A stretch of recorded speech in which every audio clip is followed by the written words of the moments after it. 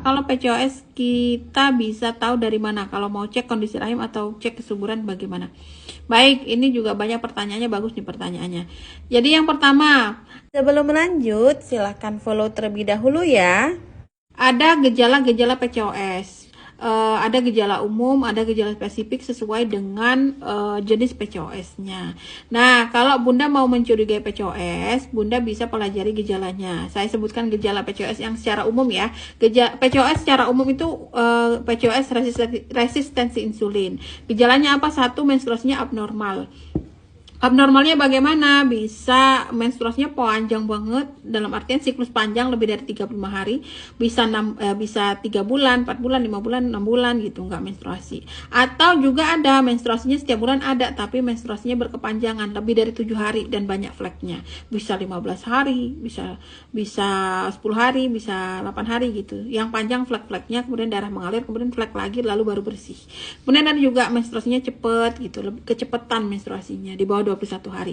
Pokoknya random, kebanyakan mereka abnormal ya.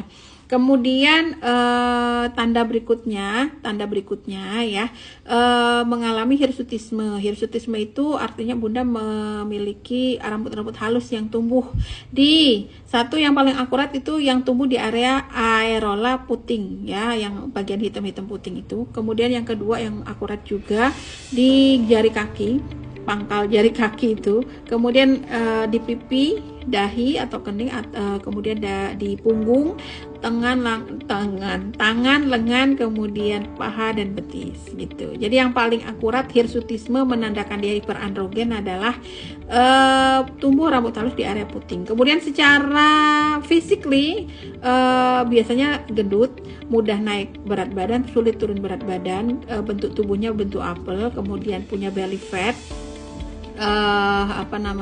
lingkar perutnya di atas 75 cm gitu ya. Nah, itu tanda-tandanya ya. Yang paling umum itu, tapi kan ada PCOS yang spesifik. Nah, tidak saya jelaskan di sini ya. Itu yang paling umum. Nah, kalau Bunda mau curiga, ya kalau tes medisnya apa? Yang pertama, USG transvaginal di hari kedua atau ketiga menstruasi, kalau menstruasinya normal 21-35 hari ya. Kemudian nanti di USG lagi hari ke-14 perkiraan masa subur. Kalau ditemukan sel telurnya kecil-kecil, maka itu satu sudah mengindikasi mendekati diagnosa PCOS. Tidak berhenti di sana, harus satu kali lagi tes. Yang paling basic, tes apa yang berkaitan dengan PCOS? Minimal tes hormon. Hormon apa yang dites?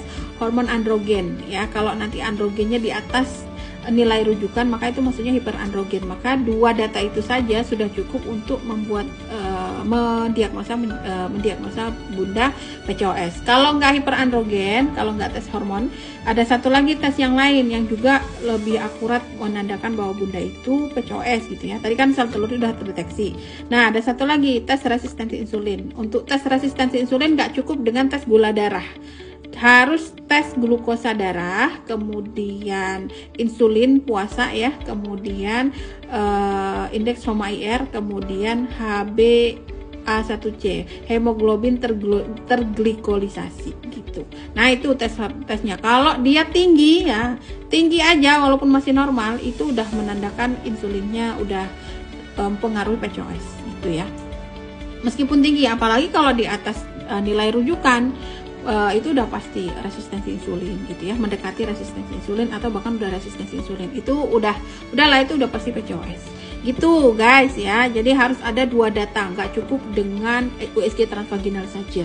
Nah, kalau hanya terbatas di USG transvaginal saja, dikhawatirkan itu hanya PCO aja, bukan PCOS. Karena beda ya PCO sama PCOS. Kalau PCO itu nggak ada metabolic system tubuh yang mengganggu hormon teman-teman. Kalau PCOS ada masalah metabolic sistemik tubuhnya yang saya sebutkan tadi. Gitu. Mudah-mudahan dipahami ya.